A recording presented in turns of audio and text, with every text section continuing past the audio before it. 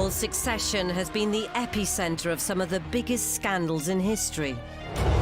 Most of the peaks and troughs of the monarchy's existence have been predicated on crises involving illegitimate children or fights over who should exceed the throne. There's been abdication, enemy blood relations. George V, he is cousins with Nicholas, the Tsar in Russia. He is cousins with the Kaiser. And teenage ascensions. Victoria would have had to have an enormous sense of strength to integrate those two parts. I'm now queen, and I'm coming into my own womanhood. That takes some doing. So as royal commentators dispel the myth of the monarchy. If you're a child in the royal family and you're hoping to grow up and go to an ordinary school, you can forget it. They ended up with the king doing the conga round the staterooms of Buckingham Palace. Experts will break down key archive from crucial moments in royal history. It was a fairy tale created by the Grimm brothers. Anybody entering the royal circles needs to come with their A game. So prepare to discover what actually happens when blue blood runs red. What have you been doing in here all day? This is the Royals Revealed.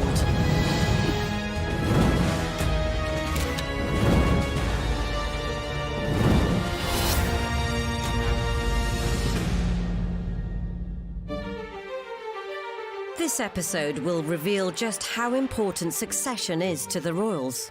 Elizabeth, she knew that her situation as a very young woman becoming the monarch of what was still then a pretty big empire paralleled her ancestor Queen Victoria. And although the monarchy may seem stable enough today, She wants to go down in history as an extraordinary monarch, and she will.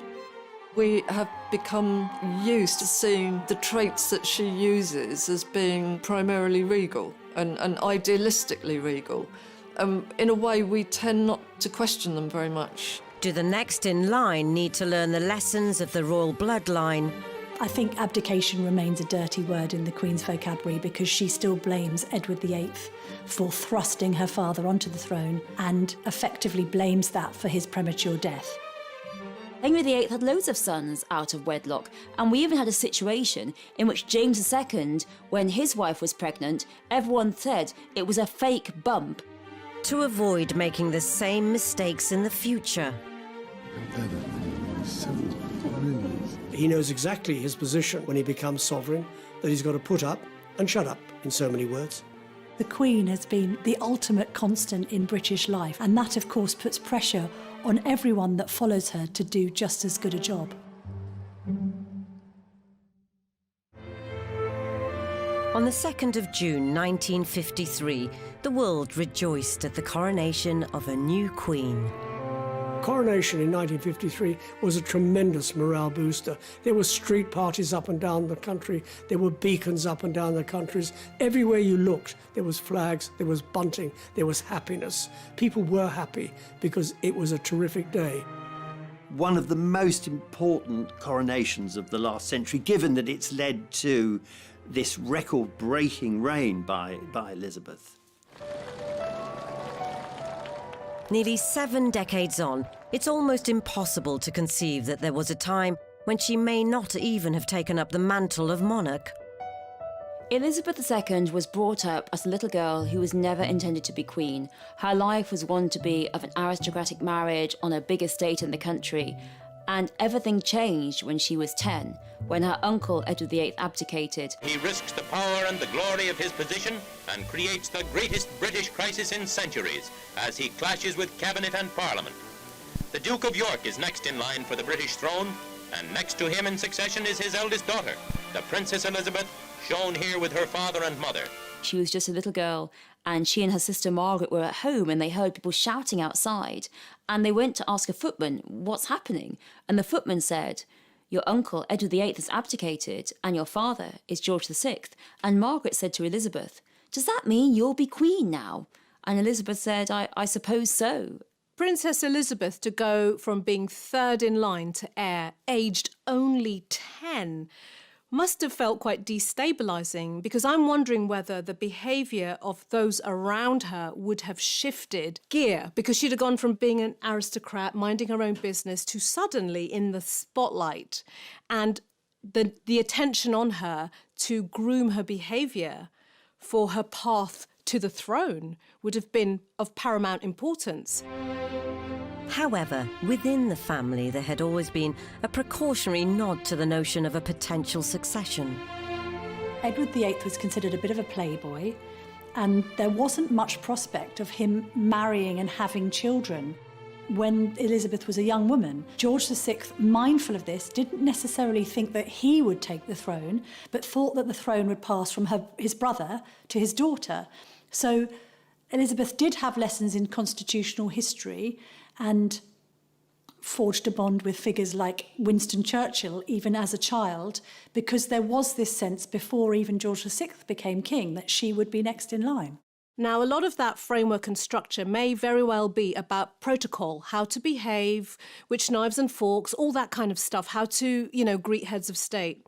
What might not get as much attention is her emotional and psychological well-being, because this is still a little girl growing up in this environment where suddenly she's got a lot more to think about.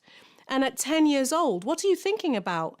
Hanging out with your sister, maybe hanging out with your friends, and thinking about playing. When Elizabeth was growing up, she would have sensed that what you can do and what you can't do is very clearly defined. She couldn't mix with people outside the royal circle. As Elizabeth watched her father take his reluctant place in the line of succession, it was a time of mixed feelings, particularly towards her uncle Edward. So you definitely see, I think, a general resentment in the whole country of Edward VIII of abdicating, but also within the feelings of Elizabeth II. She really did feel that her uncle had left them in the lurch, had left her father doing a job he perhaps wasn't entirely suited for. But in the long successional history of the monarchy, George VI certainly wasn't the first to ascend the throne in remarkable circumstances.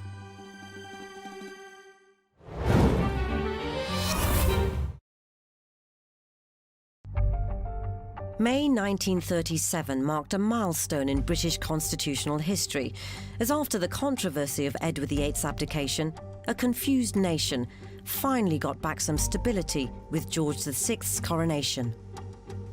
And his young daughter was now next in succession. There was a sense once he became king and he knew that Princess Elizabeth's destiny was to exceed the throne after him, that he decided to prepare her by sharing the contents of his red boxes of state papers and effectively co-opting her into his role as king so she would know what she was in for. So from Princess Elizabeth becoming heir at this point may not have been as daunting. The more daunting path was for her dad, who'd gone from being spare to now being heir. And he would have felt all those pressures. She may well have felt shielded and protected because her dad's in the spotlight, and she may have also felt, there's time on my side. I can just focus on growing up and waiting another 20, 30, 40 years before I have to, ascend to the throne. So for her, it would have been a very different journey at that particular point. However, as the king's health worsened, it didn't seem likely Elizabeth would get much time to prepare for her destiny. It's very difficult to believe that she wasn't aware that for the last 2 or 3 years of his life, that he could die at any time. He'd had one lung removed, he was a heavy smoker. I mean, he was very, very weak and ill. And I think also Elizabeth, she knew that her situation as a very young woman, becoming the monarch of what was still then a pretty big empire, paralleled her ancestor Queen Victoria, who became queen at a very young age and was remarkable in very quickly getting a grip on what was seen as, in Victorian times, an even more difficult task for a young woman. George passed away in 1952, and at just 25, Elizabeth became queen. Father's death was a tremendous shock. It would be a shock to anybody, to any child losing their dad or losing their mum. The shock of her father's death was trauma enough. Then Elizabeth had to step into becoming queen at the age of only 25. These are 2 monumental events in a person's life. And I cannot imagine what it must have been like to feel the pressure and the responsibility of taking on the crown. Decades later, the controversy surrounding her uncle hasn't been forgotten. I think abdication remains a dirty word in the Queen's vocabulary because she still blames Edward VIII for thrusting her father onto the throne and effectively blames that for his premature death. However, in a law dating back to the Norman conquest, if instead of a younger sister Margaret she'd had a brother, he would have taken the crown. Until 2013, you could have 6 royal daughters and they would all be deposed if number 7 child was a son, even if he was a baby. The Succession Act of 2013 effectively ends the sexist approach to monarchs taking the throne. It was enacted under the coalition with a view to the fact that the Duke and Duchess of Cambridge were going to start a family. Of course, in the end, it became irrelevant because Prince George was the firstborn son and therefore it hasn't been needed. He was briefly in the background, but not for long. George Alexander Louis, Prince of Cambridge and third in line to the throne, is now 3 months old and clearly growing fast. But had George been a daughter, I think the Cambridges particularly would have wanted to have insisted that that girl inherited the throne and wasn't superseded by a younger brother, because it just would have seemed, frankly, very Victorian to do so. If we crystal ball gaze and look ahead to 20 or 30 years' time, when George gets married, if he has a daughter first, then his daughter will be in line of succession, irrespective of whether a son came second. So it was a good move. The overdue modernisation doesn't end there. It wasn't that long ago, in fact, in recent memory, that the idea of a royal marrying a divorcee was seen as a no-no. And how far we've come. We know that from the marriage of Prince Harry to Meghan Markle, that it's perfectly acceptable for very senior members of the royal family to marry both divorcees, people of colour. The Queen is the first to admit she doesn't change, but she adapts to meet the needs of the 21st century. And the world has changed dramatically since she came to the throne in 1952. However, the monarchy is still far from adapting to all societal child-rearing trends. Convention dictates that so-called bastard children, to use the old-fashioned terminology, don't have equal right to those who have been conceived and born in wedlock. Now, that might seem extremely old hat and traditional, but it's the way it's happened for centuries. And in fact, most of the peaks and troughs of the monarchy's existence have been predicated on crises involving illegitimate children, or indeed fights over who should exceed the throne. Henry VIII had loads of sons out of wedlock, and we even had a situation in which James II, when his wife was pregnant, everyone said it was a fake bump and that the baby was snuck in a hot water bottle because she'd never have a real child inside the wedlock. So the British monarchy's big problem has been trying to have a child on the right side of the sheets.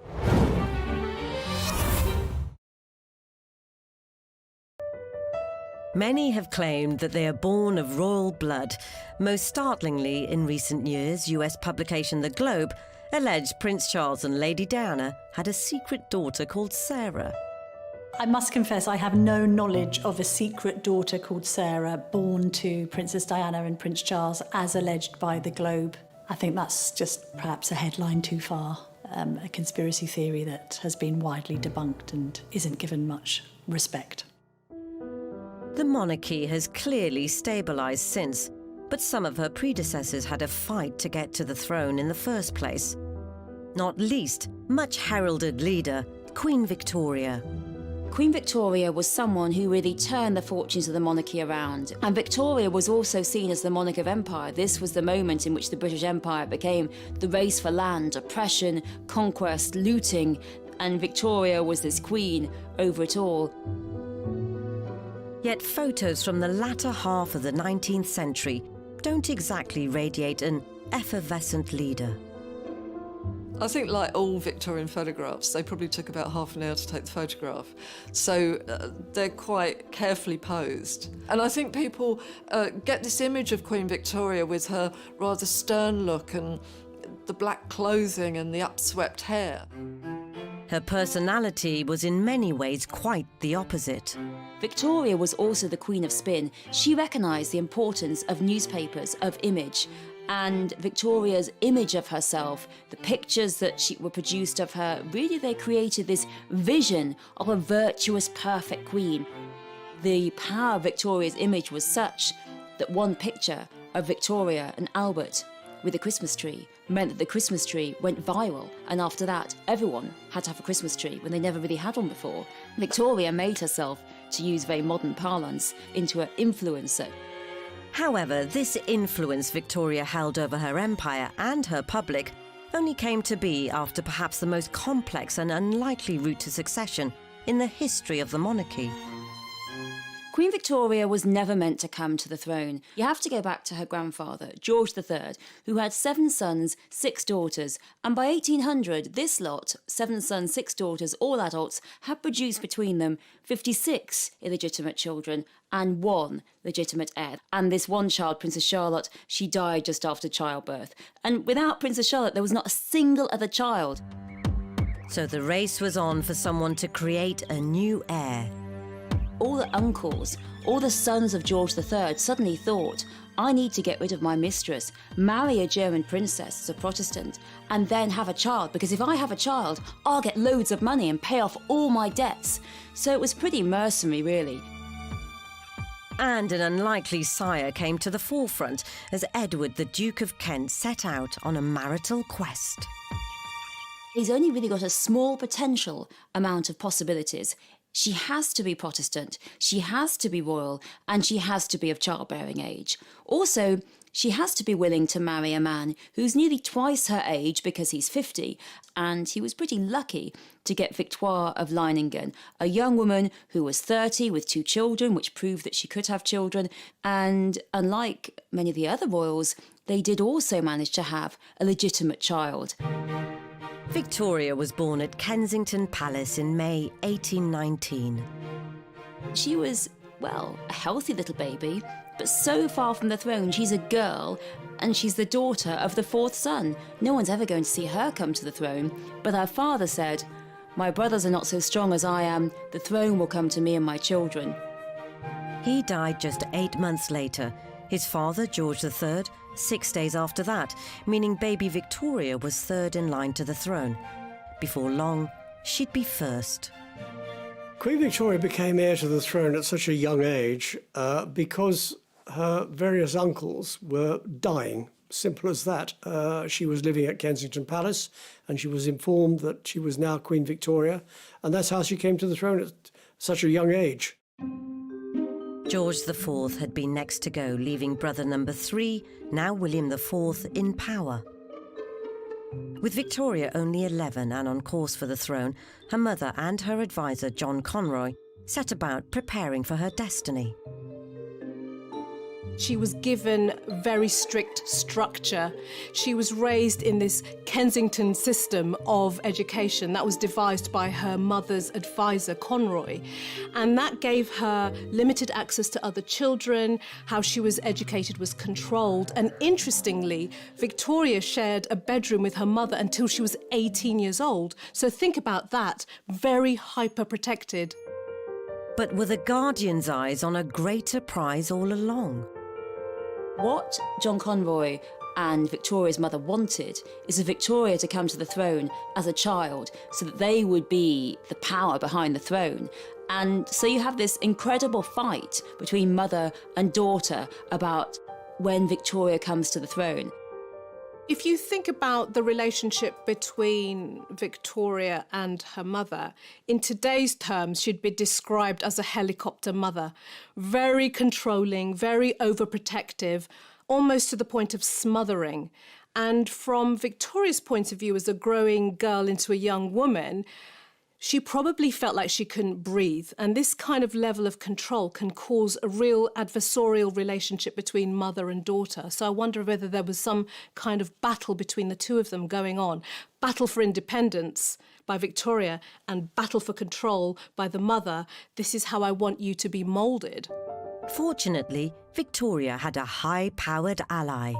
The king, William IV, he's on the throne and he's old and he's ill, but he hates Victoria's mother, and he wants the throne to go to his niece, to Victoria. That's it. So he says to his doctors, just wind me up, just keep me going. And Victoria's 18th birthday party, he's too ill to go, but it's a wonderful party. Victoria has a marvellous time. And guess what? Her mother storms off early because Victoria's 18th birthday means the end of all her mother's hopes of being power behind the throne. Having got his wish, William IV passed on weeks later, leaving the now considered adult Victoria to take the reins. This is an 18-year-old girl who's just coming into womanhood, finding her own voice, wanting to find her own identity separate to being the child of someone. And that's quite a conflicting position to find yourself in. So she would have had to have an enormous sort of sense of strength to integrate those two parts. I'm now queen and I'm coming into my own womanhood, and combine them together. That takes some doing. And there was such an avalanche of enthusiasm for her. Even though she was 18, even though she was female in a sexist time, people thought anything has to be better than those awful, awful old uncles. Victoria was crowned in 1838, and having latterly married Prince Albert of Germanic aristocracy, wasted little time in creating her own successional line. She was a very sexual woman. I mean, it's almost as though she was chasing Albert around the palace at some times, you know, trying to get a conjugal right. And he was making excuses to sort of, no, I need a rest, and then keeping away from it. If you look back through history, you've got Prince Albert, you know, you've got other consorts, but they've probably been known for their breeding potential. Victoria's first child is Princess Vicky, and really within 3 months of Princess Vicky's birth, Victoria is pregnant again. They have the heir, who the future Edward VII, he's number 2, and then they keep going. And of course this is because, for one great reason, that big families are power. And for Albert and Victoria, they want to marry their children into the other European royal families to create links, to create friendships and create relationships, because Albert and Victoria believe that if your children are all married into foreign royal families, then you will never, ever want to go to war. Queen Victoria had unknowingly set the stage for colossal successional damage that would have disastrous breeding harmony into Europe, may have spectacularly backfired. But she was never very keen to promote their duo nationality lineage in public anyway. Victoria and Albert are very clear to say that they're a British family, that they only speak English at home, that they have nothing to do with Germany. It's just Albert was from there. But Albert does speak German to the children, and you might say it's quite a good idea. After all, in his view, they will all end up married to Germans, so they might as well learn how to speak to their future spouses. And the royal family is really quite a German one at heart, even though in public show it's always very English. Victoria's 9 children gave her an astonishing 42 grandchildren as she set about a complicated scheme of continent-wide bloodlines. Queen Victoria was an arch matchmaker, and she wanted all of her children married into royal families across Europe. Of course, spreading haemophilia as they went, but never mind about that. And you have a situation thus that all of the monarchies are even more interrelated than they ever were. Though her family was spreading the seed far and wide, Victoria herself lived a much more reclusive life after Albert's death in 1861. She was desperately in love with Albert. Her world came crashing down when Albert died in the early 1860s, and nobody saw sight of her except her private secretaries and her prime minister. Though ever the proud queen, she was adamant to appear one final time in public for her Diamond Jubilee in 1897. By this time, the lady was pretty large, and so Thanksgiving service at St Paul's Cathedral had to be conducted with the clergy and the congregation on the steps of St Paul's, while Queen Victoria remained in the carriage because she couldn't actually be got out or even attempt to make the steps into St Paul's.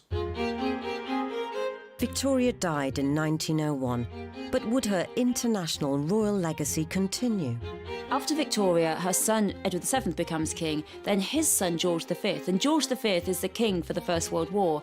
And You have a situation in which he's related to all of the royal families through his mother's matchmaking efforts. He is cousins with Nicholas, the Tsar in Russia. He is cousins with the Kaiser. Unfortunately, it was anything but happy families. It actually accelerates and intensifies the possibility of war because all these monarchies are related and all of them are saying not just why has Britain got so much, they're also saying why has our relation got so much. By 1917, the line of royal succession saw Queen Victoria's grandson, George V, now 7 years into his reign, with the world at war. Often during his many tours at the front, His Majesty went up into the danger zone and saw the field artillery at work. King George V and Queen Mary actually started the walkabouts. They went to hospitals, they met the common men and common women, people who were fighting on the front line, people who were injured, people who were recuperating in hospital. They were the King and Queen of the people. Despite George's constant shows of support for his troops, there was another war raging back home, a direct result of Queen Victoria's mission to create royal allegiances all over Europe. The outbreak of World War I meant that many Germans living in this country had been seen as really the most marvellous people to have here. Overnight went to enemies, and overnight were hated and lost their jobs. And you actually see incidents in the early days of World War I in which the royal family are actually reported as spies. There was one in which there were said to be suspicious lights coming out of Windsor Castle, which was signalling, apparently, to German U-boats. Now, the police investigated and found it was just the vicar driving home from Windsor Castle, but still there was this appetite, this obsession, this anti-German suspicion, this febrile terror of Germans all across the country.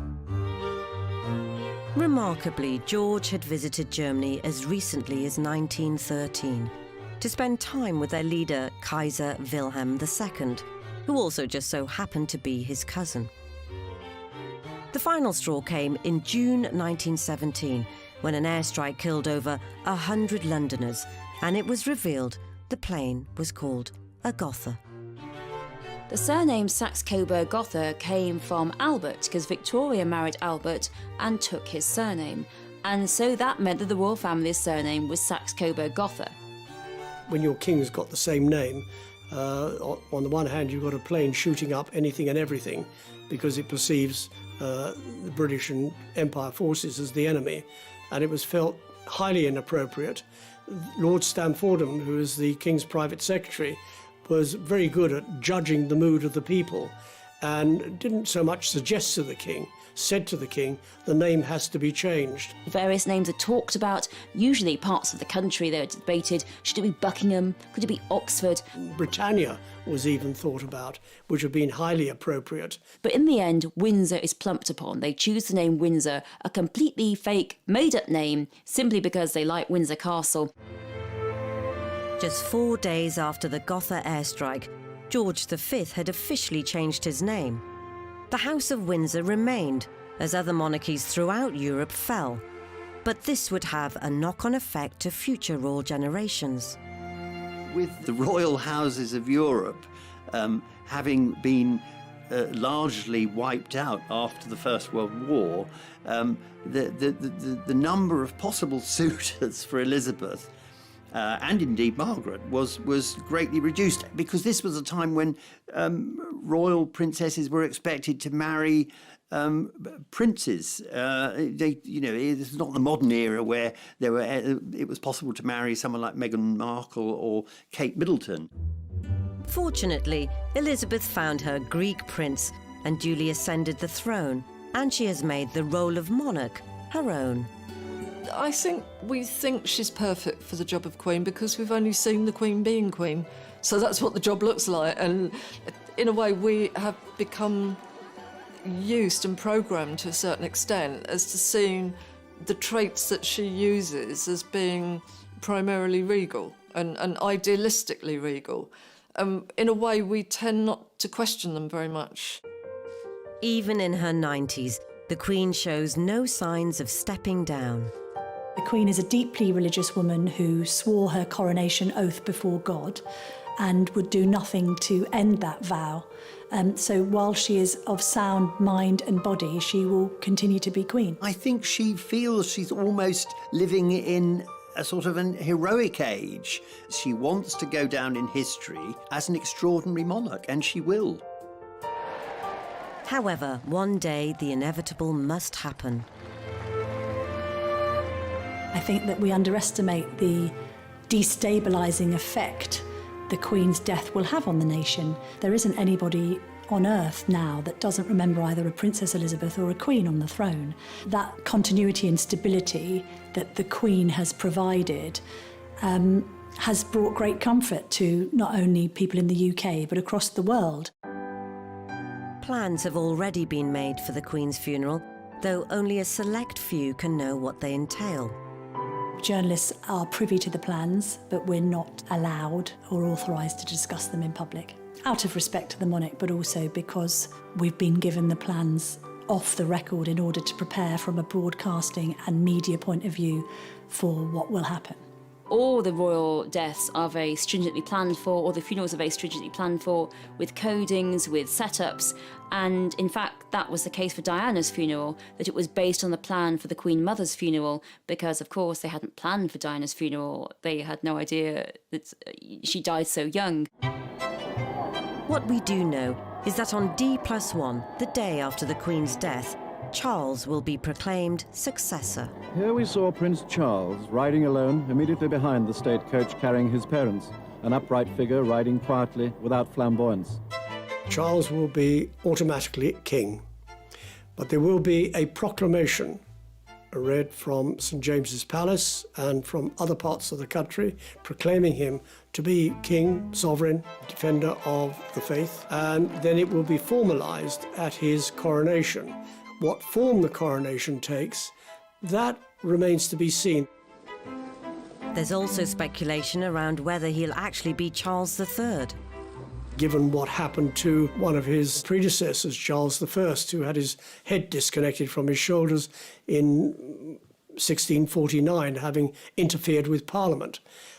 It's a very difficult choice. I suppose there may have been a tendency towards adopting his grandfather's name, George, but then we've got another King George coming down the line, so that might be difficult. Yes, Albert has been mentioned. He could choose another name, but that might be odd because as the longest-serving heir apparent in history, we all know Prince Charles, and therefore King Charles seems the most natural progression. But will the succession be an easy transition?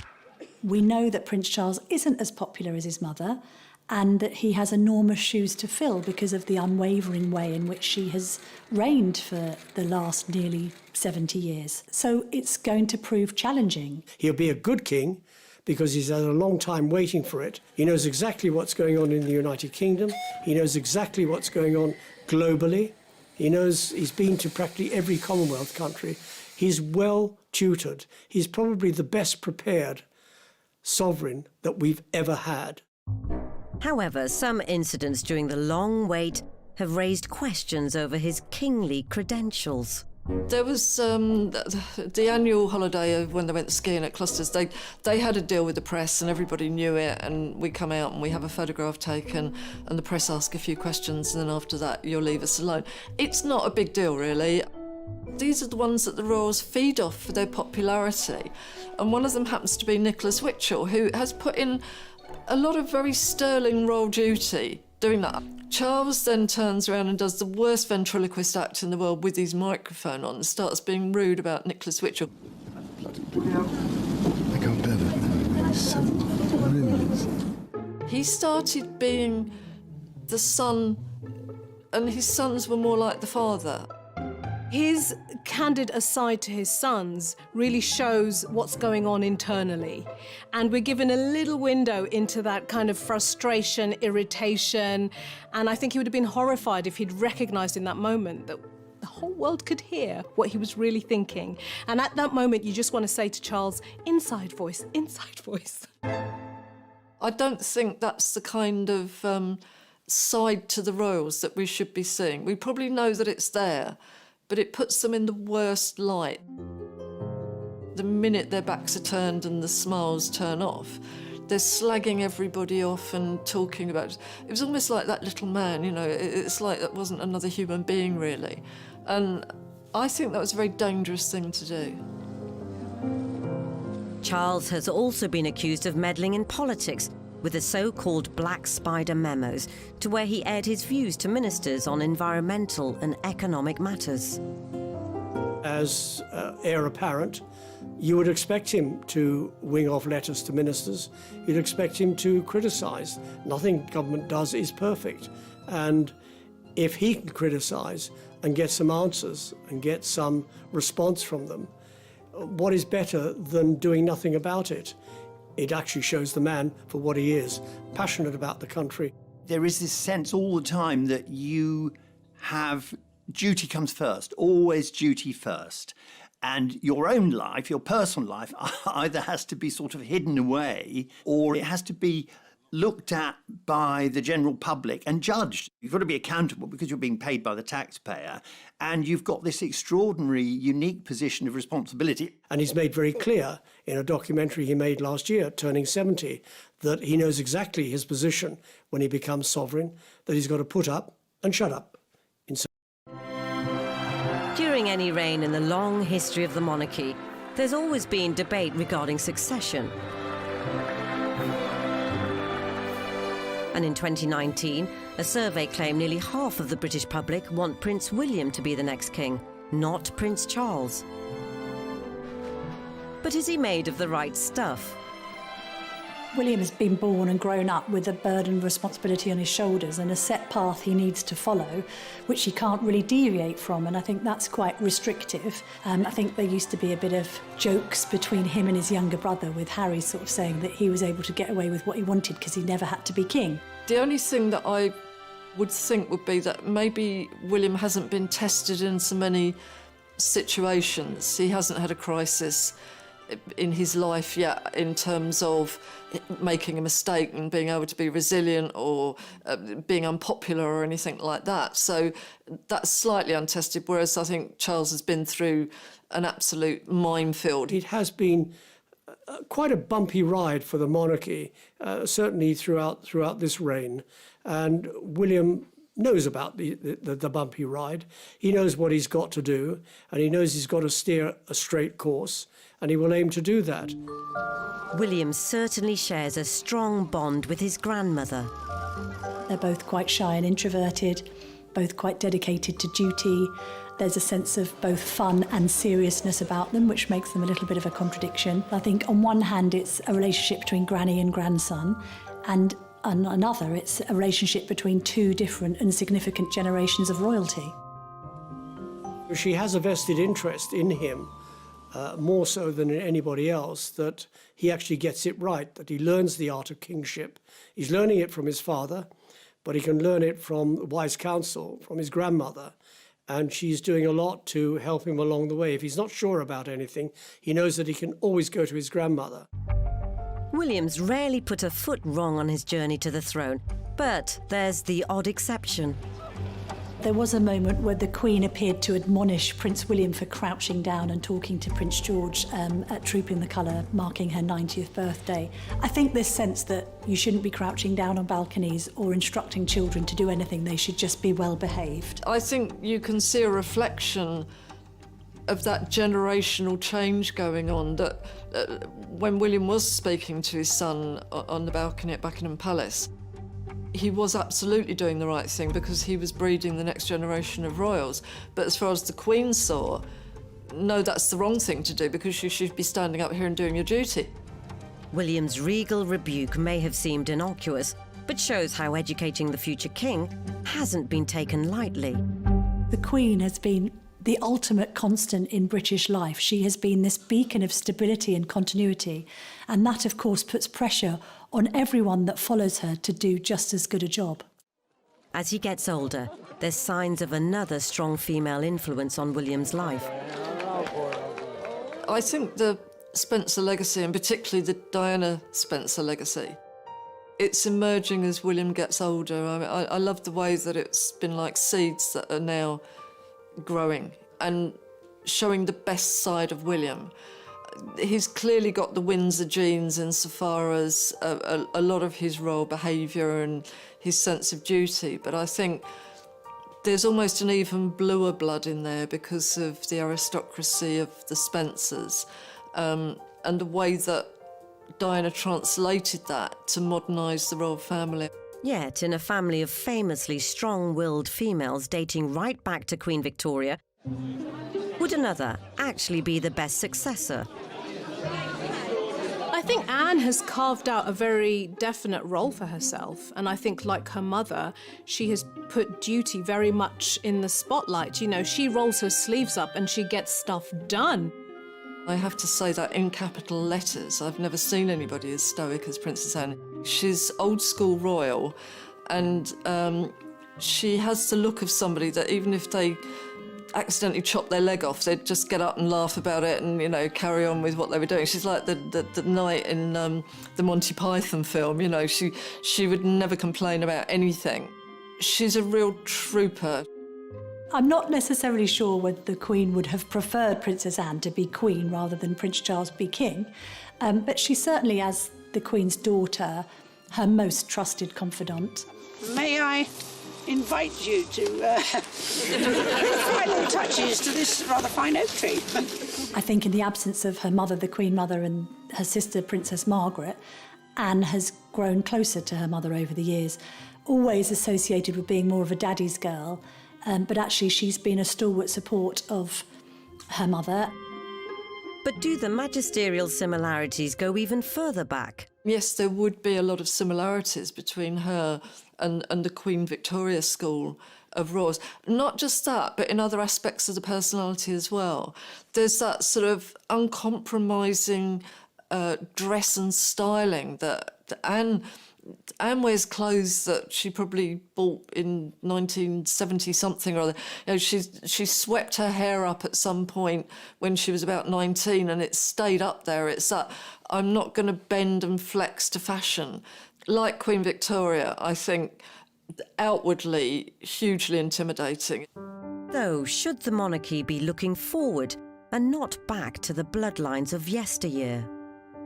It is unique that we have this monarchy in the 21st century that is recognised throughout the world. But I believe this sovereign, Queen Elizabeth II, is very much in touch with the people. You've only got to look at the address she gave on April the 5th over COVID-19, when she uttered the famous phrase, "We will see our friends again, we will see our family again, we will meet again." That's how much in touch she is with the people. People felt very comforted by that. This isn't born out of political ambition or personal ambition. It's born out of a desire to make sure that when the chips are down, the nation can be rallied. And that is very much taken from the Queen Mother and George VI's book of boosting British morale during the Second World War, when, frankly, the nation needs their help. They're enduring, you know, we've had them a long time, and they are also willing to hold on to tradition while also behaving in progressive ways that we can then relate to. And as the Queen has always said, we're here for as long as the public want us to be here. And in the absence of the public calling for there to be a republic and for an abolition of the monarchy, they will continue. And so she overtook Queen Victoria's 63 years on the throne to become the UK's longest-serving monarch in 2015. Elizabeth II displayed a characteristic modesty any future successor will be wise to replicate. Inevitably, a long life can pass by many milestones. My own is no exception. But I thank you all, and the many others at home and overseas, for your touching messages of great kindness.